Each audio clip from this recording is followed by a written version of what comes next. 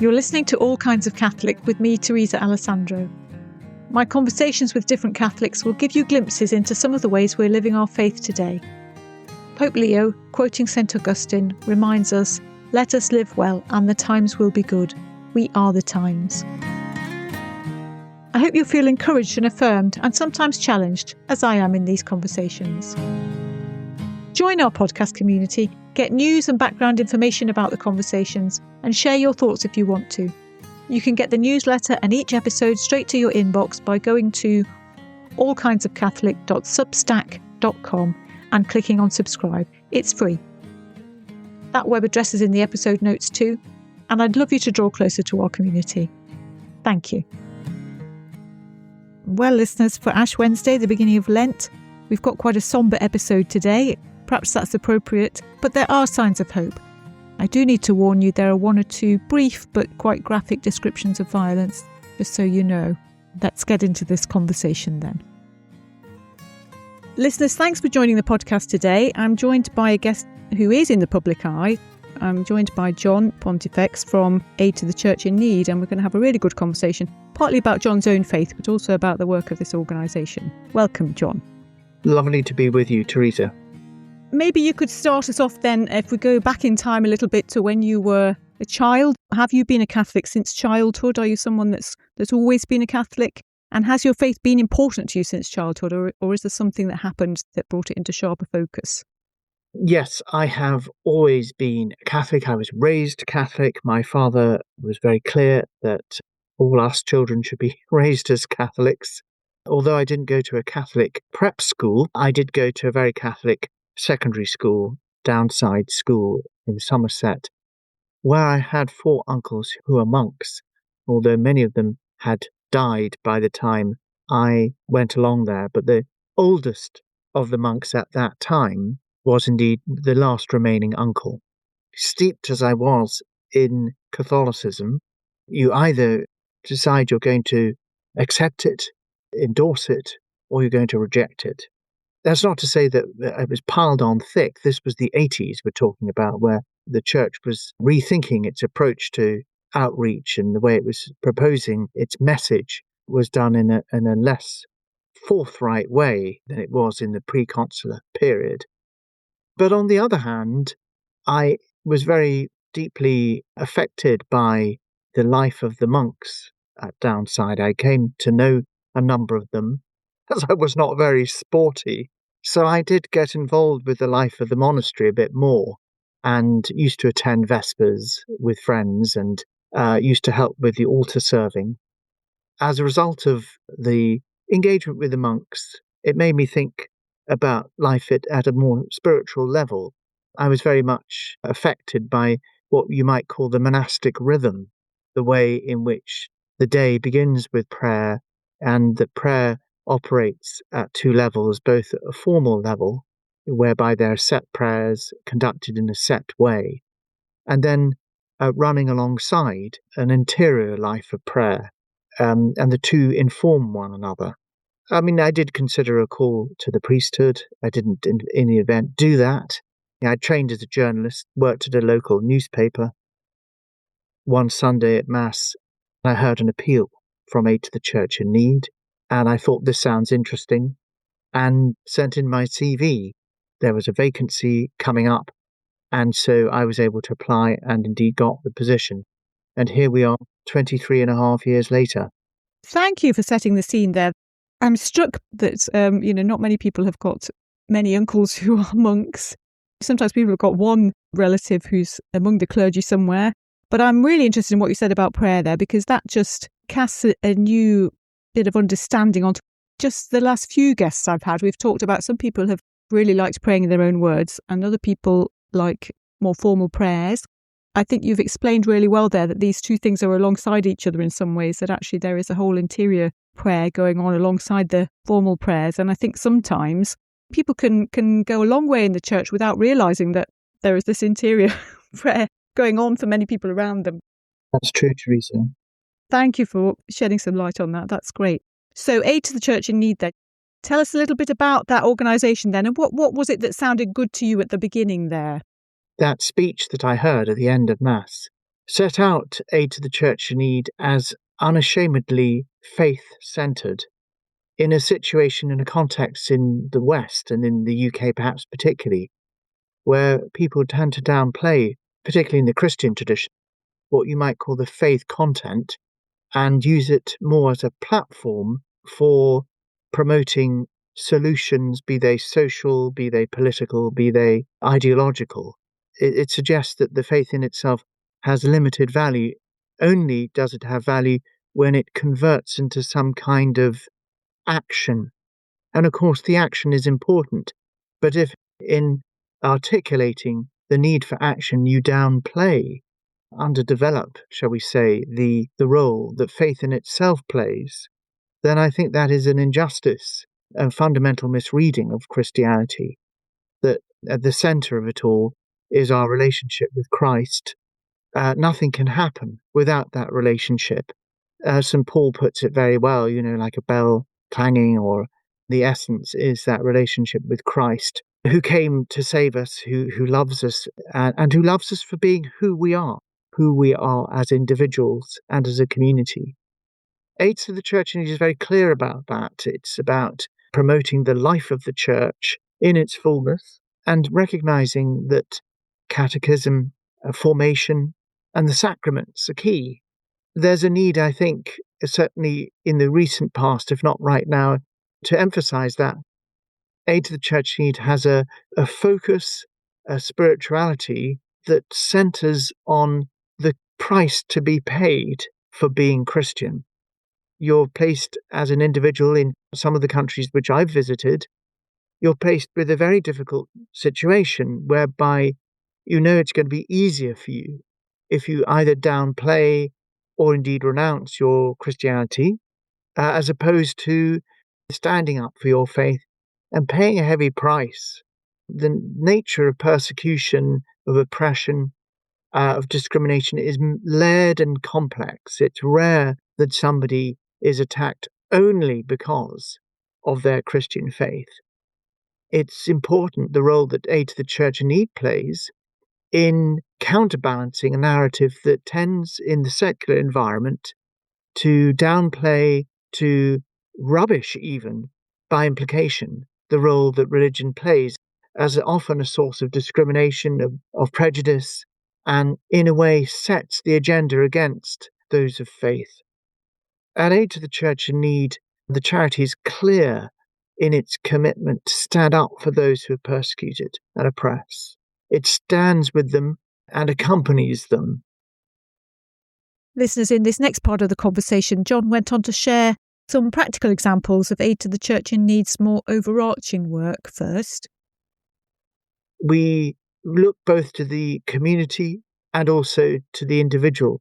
In terms of the community, I've started in 2006 a project called Persecuted and Forgotten, which charts the nature of persecution of Christians in a select number of countries and seeks to look at the causes, look at the nature of that persecution, as well as the consequences. And to shine a light on a topic is looking at the community as a whole.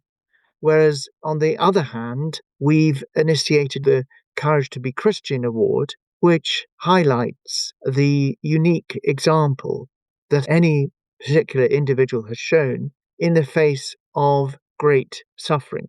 In February of last year, I went to northwest Nigeria, to the city of Sokoto, and there met a catechist who was very active and thereby became quite well known in his purple cassock, which is the dress of a catechist in that area, was targeted by an extremist who was fed up of him doing his catechist's work, and he stabbed him in the chest. Fortunately, the alarm was raised.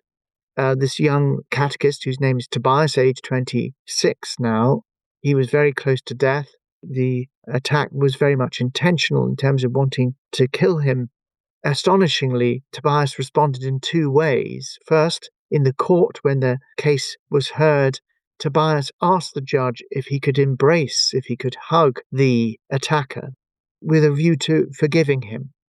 And the second thing was that despite the fact that this was by no means the first attack, Tobias very much made a decision alongside his wife and his children that he would continue as a catechist, showing the example of courage and faith and perseverance and forgiveness are things that are absolutely the heart of ACN.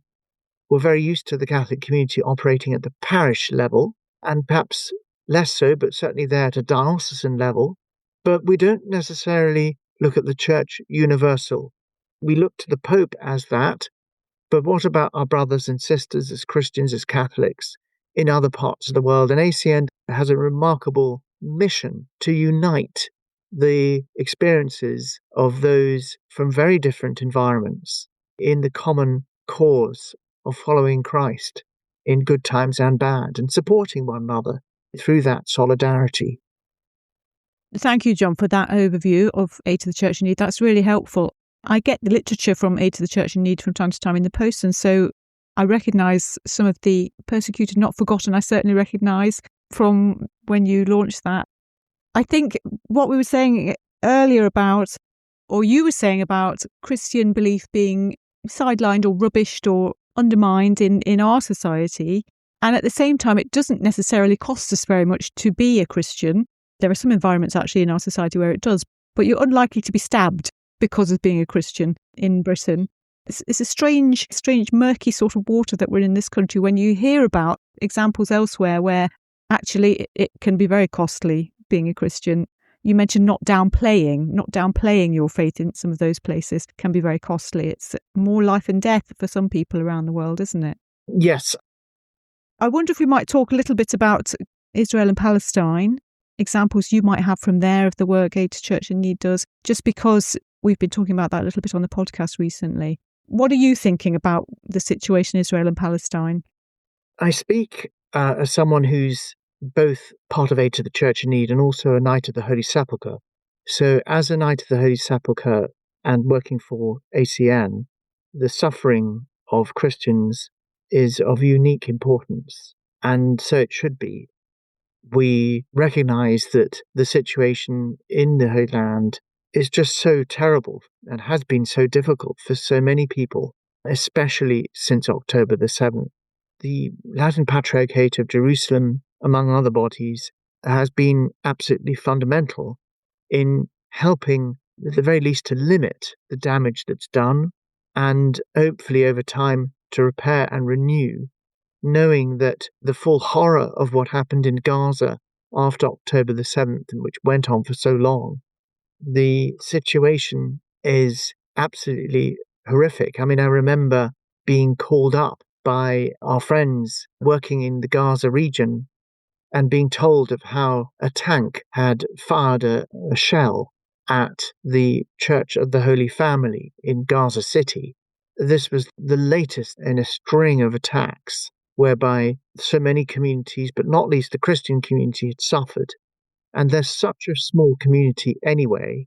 There they were in that compound in the Holy Family Church, and even there they weren't safe.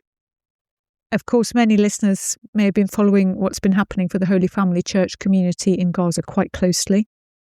So it is good to hear directly from you, John, too, about the relationship Aid to the Church in Need have had with that community.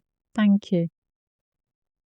Aid to the Church in Need has worked alongside the Latin Patriarchate of Jerusalem under Patriarch Cardinal Pizzabella in providing emergency aid both to Gaza. Now, we should say at this point that owing to Hamas being a blacklisted, seen as a terrorist organization, it is impossible for a registered charity such as Aid to the Church in Need to get aid directly into Gaza for fear of the money getting into the wrong hands.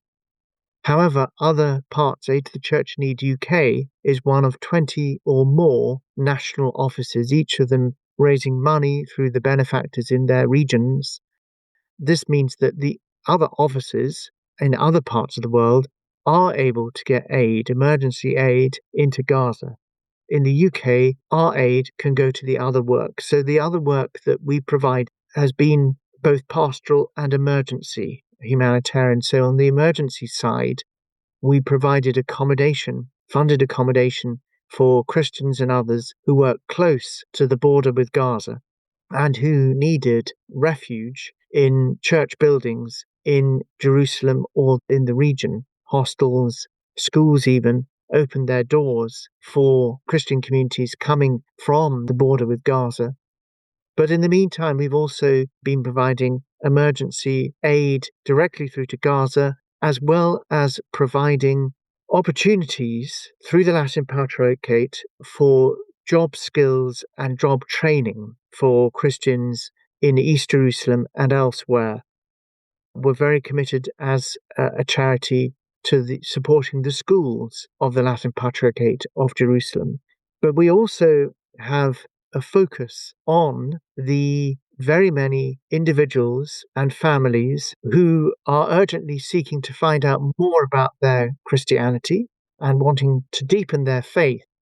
And so Aid to the Church Need is working with the diocese, the Latin Patriarchate of Jerusalem, to enable a deeper development of the faith among the young people, noting that the faith formation that such young people received has not been as good as it could have been. There's a need to focus on that. Aid to the Church in Need is working directly with catechetical programs, summer camps. Some of them have the underlying role of trauma counselling and other forms of mental health support for families who've been traumatized. This catechetical work works hand in hand with the emergency support, as does our interfaith outreach. Well, for listeners who've been wanting to hear about interfaith work to build peace in this place that is sacred to people of different faiths, John went on to share some good examples for us in this next part of the conversation. I have been to the Holy Land and seen the work of Aid to the Church in Need in terms of the support carried out by the Jerusalem Center for Jewish-Christian Relations for dialogue at a grassroots level between the Jewish community and the Christian community. People of different faiths get around a table and share experiences and break down prejudice.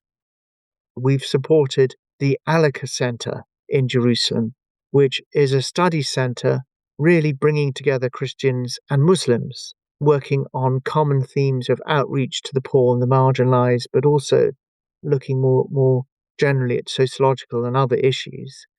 And it's trying to break down the narrative that inevitably seems to lead to greater division, distrust, that unfortunately is endemic, particularly after October the 7th.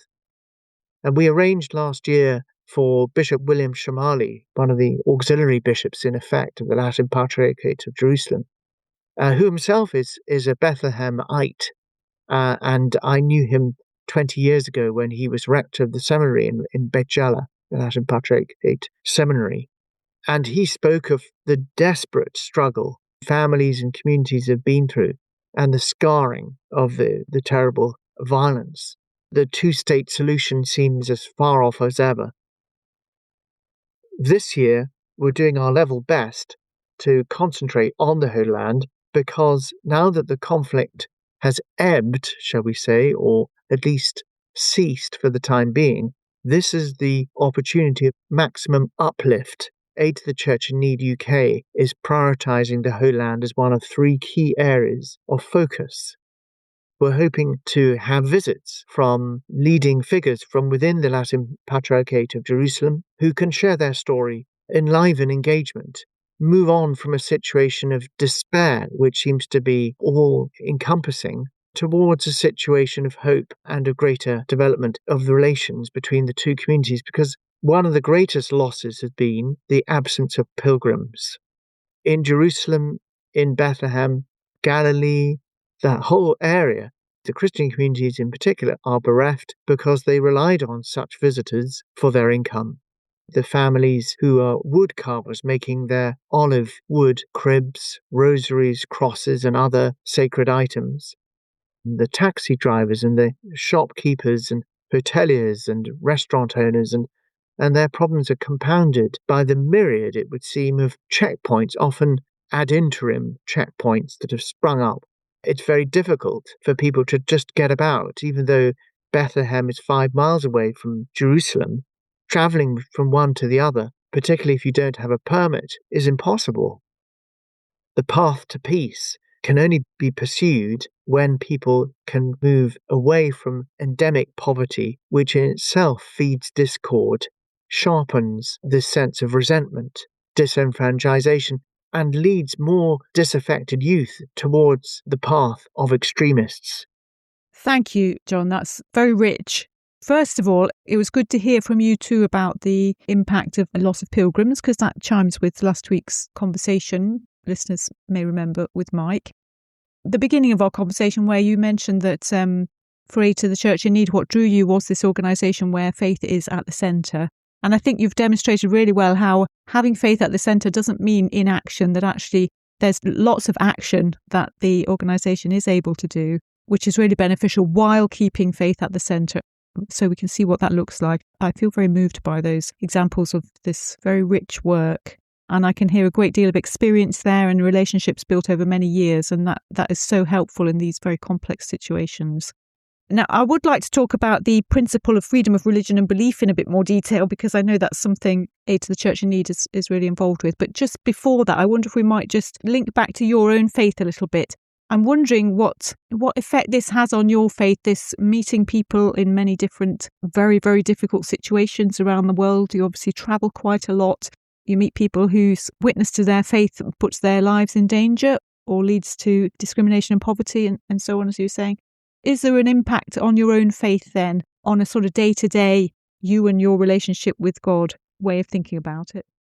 Yeah, well, I have the job, the responsibility of interviewing survivors of persecution. When I go to places like Pakistan or Nigeria, I've been to Sudan on a number of occasions, China or Ethiopia, even Eritrea. Everywhere I've gone, my role has been just to get talking with people, hear their stories. Often their stories involve terrible suffering.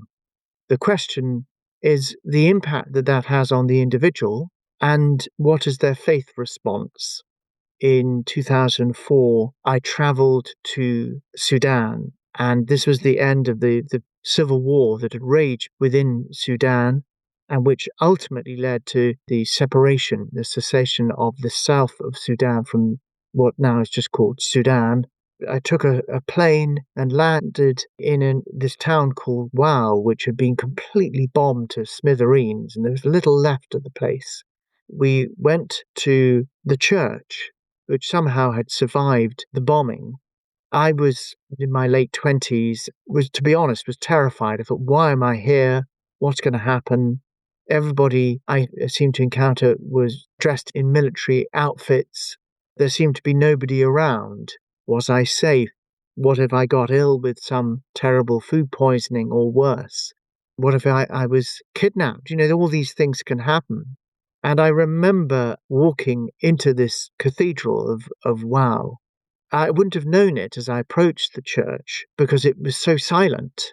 There seemed to be no sign of life as you approached the church. But stepping inside, it was full to bursting with young people. It was so full that there were people crouching in the corners. There were people blocking up the gangways, the aisles, and you had to almost step over people to get in. And yet they were so silent. Now, they had learnt silence in response to the threat of bombardment. But there seemed to be another reason for the silence, and that was together they were in prayer. They were waiting for the Mass to begin. We've all been into packed churches and expected to hear crying babies or people shuffling around. But in this place, there was this stillness. I remember being really powerfully struck by that. In the midst of this chaos, this suffering, this sense of loss, there was this still point in the storm. And it wasn't a silence of trepidation, of fear. It was a silence of communion through simply being together. I found that when you spoke to people, this sense of shared experience through faith is deeply empowering and consoling. I spoke later that day to a Dominican sister. She was only in her 20s. She described how there had been terrible attacks, violence, and on one occasion her white habit had been splattered with blood when somebody not far away from her was attacked. And I asked her then, what her faith meant to her, because, she was a young woman. She could have done anything with her life. And yet there she was in this convent. She explained that her faith was centered on the crucified Christ, the mystery of his passion, his death, horrific circumstances. She identified more, it seemed, with the horror of the crucifixion than perhaps you and I would, because it resonated with her own experience. Our Lord plunged the depths of suffering, so indeed his resurrection is all the more remarkable and all the more miraculous. For her, it made sense because he was able to identify so personally with the suffering that people like her, and more particularly those around her, had been through. I mean, she was about my age, this religious sister, and I was struck by the ease with which she spoke about this, the openness. She'd clearly processed this at a spiritual level. Her calm, her sense of faith calmed me as I was feeling anxious, sat there in this strange place, not knowing what the day would bring. That's very moving. I think you're right. That's an example of that sister making a link to the crucifixion is something that we perhaps do less in our calmer society, where it is much easier to be a Christian. It's going to stay with me, actually. Thank you. If we may talk about this principle then of freedom of religion and belief, and I think real examples are helpful because it can sound like a sort of legal concept, can't it? And it sometimes sounds to me a bit begrudging that, oh yes, we'll let people be free to practice their weird religion and believe their strange beliefs. But actually, it's a principle that helps people. I don't want to say tolerate, because I think that's also sounds quite begrudging, but help people recognise that the practice of our religion, our belief, is fundamental to us as people, and that just as I want to be free to practice my faith, I must recognise that other people want to be free to practice their faith. That's where I'm at with it. It's a bit fudged, you can see, and a bit kind of homemade, my understanding of this principle. So tell us a bit more about what it means in practice and how Aid to the Church in Need supports this. Yeah, so what this is about, what is called Article 18 of the Universal Declaration of Human Rights. And Article 18 sets out the precept of religious freedom as the freedom of thought, conscience, and religion. The right to convert, the right to manifest your religion in private, in public, by yourself, or with others. In getting behind this precept, Aid to the Church in Need is uniting with the Church in its own understanding of what religious freedom means, as set out in Dignitatis Humanae, in subsequent writings and statements made by the Church. And its Catholic social teaching points directly to, on the one hand, the right of the individual to promote their beliefs, as well as to celebrate them themselves, but protects the right of the person listening to that promotion of faith to say, well, maybe not for me. Right cannot be might. The individual is gifted with conscience. We remember how our Lord never forced his will on anyone. His is always an invitation. Free will is at the heart of the Catholic mindset, and indeed the wider Christian mindset.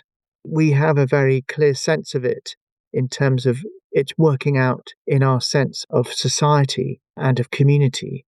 In response to these terrible acts of persecution that we've witnessed in so many parts of the world, it's not enough just to provide the church that's been burnt down and here we are rebuilding it. It's not enough simply to take people away from a place of persecution and put them in somewhere safe so that one day they might return. All of these solutions, whilst good, they tackle a problem at a surface level. And what's needed is to go to the root causes and address those root causes. This is why Aid to the Church in Need has identified very strongly with Article 18 of the Universal Declaration of Human Rights, and why we have launched a petition, a global petition, which is calling for the full enforcement of Article 18, so that nation states take greater responsibility for ensuring that all those individuals who in any way offend or undermine or deny the right of religious freedom are stopped in their tracks. We're not asking, as Christians, and we can never ask for preferential treatment. We're simply asking that all those who live out their faith in accordance with the rule of law and accordance with the precepts of peace are allowed to do so. As Christians, we recognize that as a right for all, not a right for the few. When we launched the petition not long before Christmas, there was a private audience with Pope Leo, and a statement that he made at the time was then released. And in it, he makes the statement that religious freedom cannot be seen as a privilege for the few. It has to be a right for all. There was implicit support thereby from the Holy Father for this call. So we invite people, anyone listening, to simply Google ACN Article 18, and you will find our petition. We are planning to submit this petition both at UN level, but also to key nation states. And I was speaking only last week to a priest in Pakistan, and this priest I visited 2 or 3 years back has worked night and day for individuals, most of them Christian, who are accused of blasphemy under a false pretext, either for means of extortion or showing an individual being able to get their way, some vendetta or something of that nature that explains these false accusations. He'd come across our petition and he said, we need this petition for our country because our Christian community is at direct risk of false charges being brought against our communities. We're discriminated in the workplace, in schools. We're often only allowed to do the most menial of jobs. There's high rates of women and girls who are from religious minorities, not least Christian, abducted, forcibly converted, and forced to marry the very person who's abducted them often. Article 18 is sadly, as Lord Alton, who's given a video message in support of our campaign only last week, this precept, Article 18, is observed, as he would put it, in the breach. We want to see it observed in full. We're inviting everyone to sign the petition, make their voice count. That's wonderful to hear about.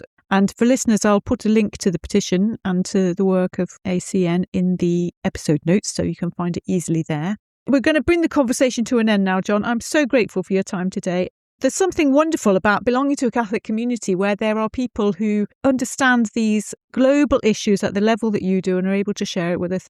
It's wonderful to know that Pope Leo is also thinking about these issues on behalf of the Church and making statements. It's wonderful to think that Catholic people and the values that we believe in because of our faith are important for everybody. It's wonderful to hear that being expressed more clearly than I'm able to do, obviously. So I'm really grateful that you found some time to join us today. I think there's a lot there for listeners to absorb. Thank you so much. It's been lovely to be with you, Teresa. Thanks so much for joining me on All Kinds of Catholic this time. I hope today's conversation has resonated with you. A new episode is released each Wednesday, and you can follow All Kinds of Catholic on the usual podcast platforms. Rate and review to help others find it. You can also follow us on social media at Kinds of Catholic. And remember, if you connect with us on Substack, you can comment on episodes and share your thoughts and be part of the dialogue there. Until the next time.